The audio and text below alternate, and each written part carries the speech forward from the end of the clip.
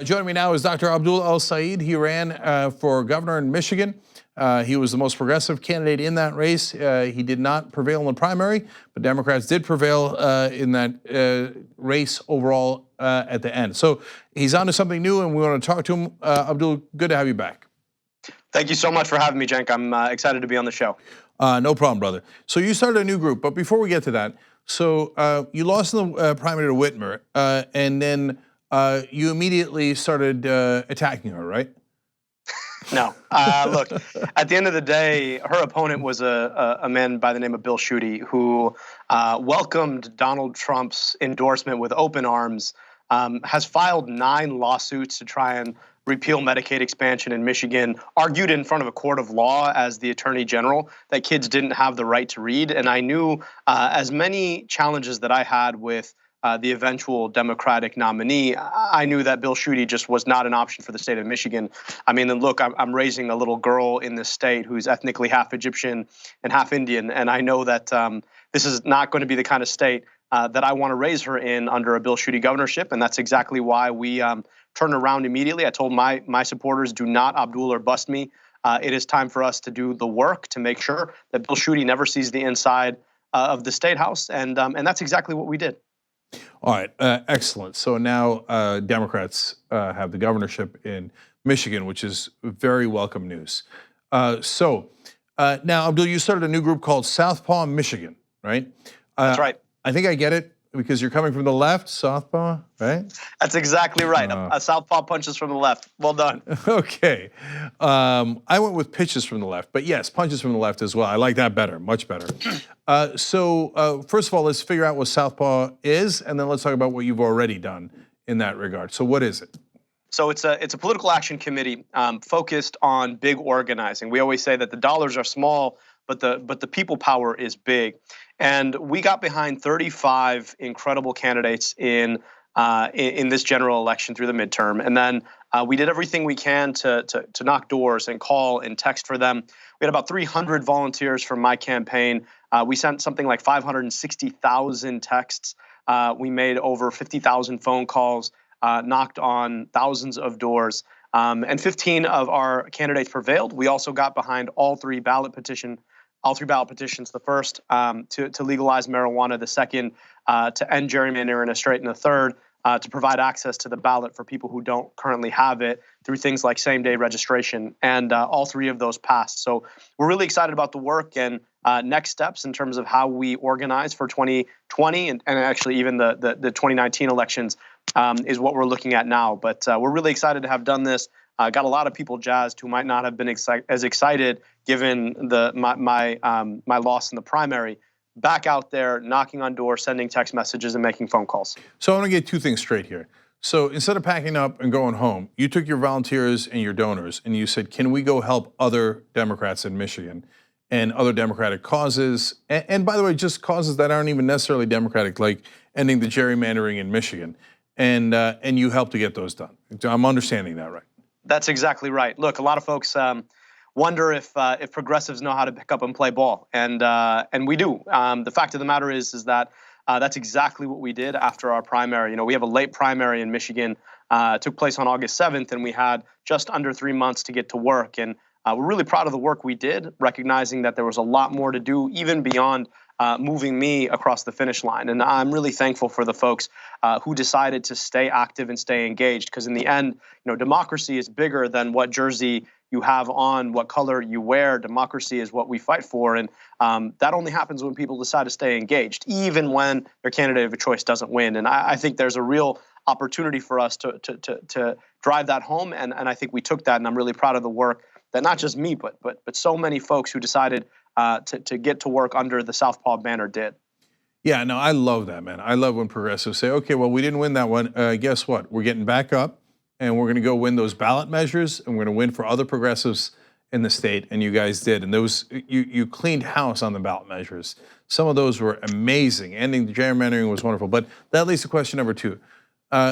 You're a doctor, yet you voted to legalize marijuana.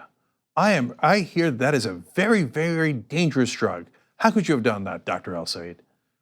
I'll tell you what, when I was a medical student at Columbia University in New York, I was on my neurology rotation, and I got to help take care of a young boy who had really bad seizures, and the medications that we were offering just wouldn't do the trick, and he kept seizing.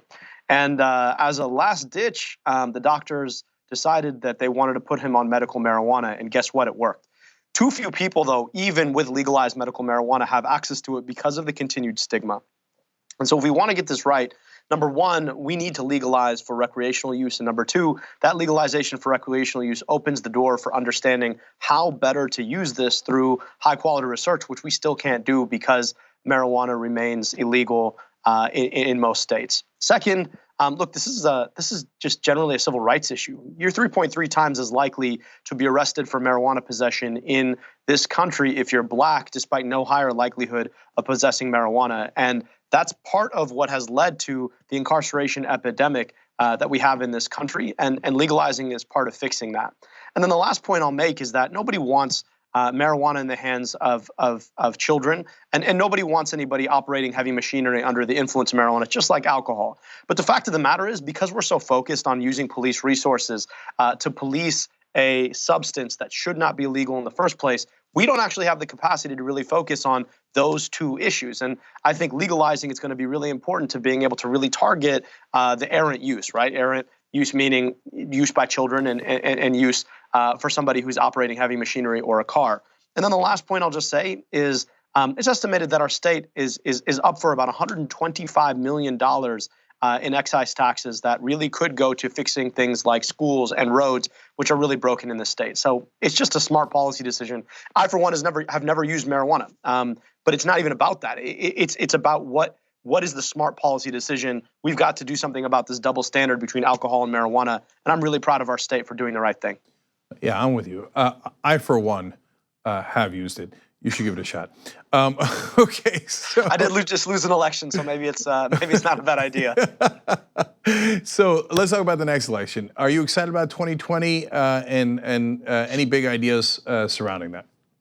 Look, I'll tell you this. I am excited. I will say that we've got a lot of work to do for 2020. I'm somewhat skeptical about whether or not we fulfilled everything we could have in 2018. And then look, in Michigan in particular, there was a blue wave. But in a lot of other states, we didn't perform as well as we could have. And the reason why is because I just don't think we are running on the kind of bold ideas that we need to be driving forward in America in 2018, 2019, 2020. Look, we've got an epidemic right now of underemployment, and our unemployment rate may be an all-time low, but people are stuck working gigs. I, in fact, just met a neighbor who stuck living at his parents' house, paying off student debt, and working two jobs at near minimum wage. I mean, this is just not fair.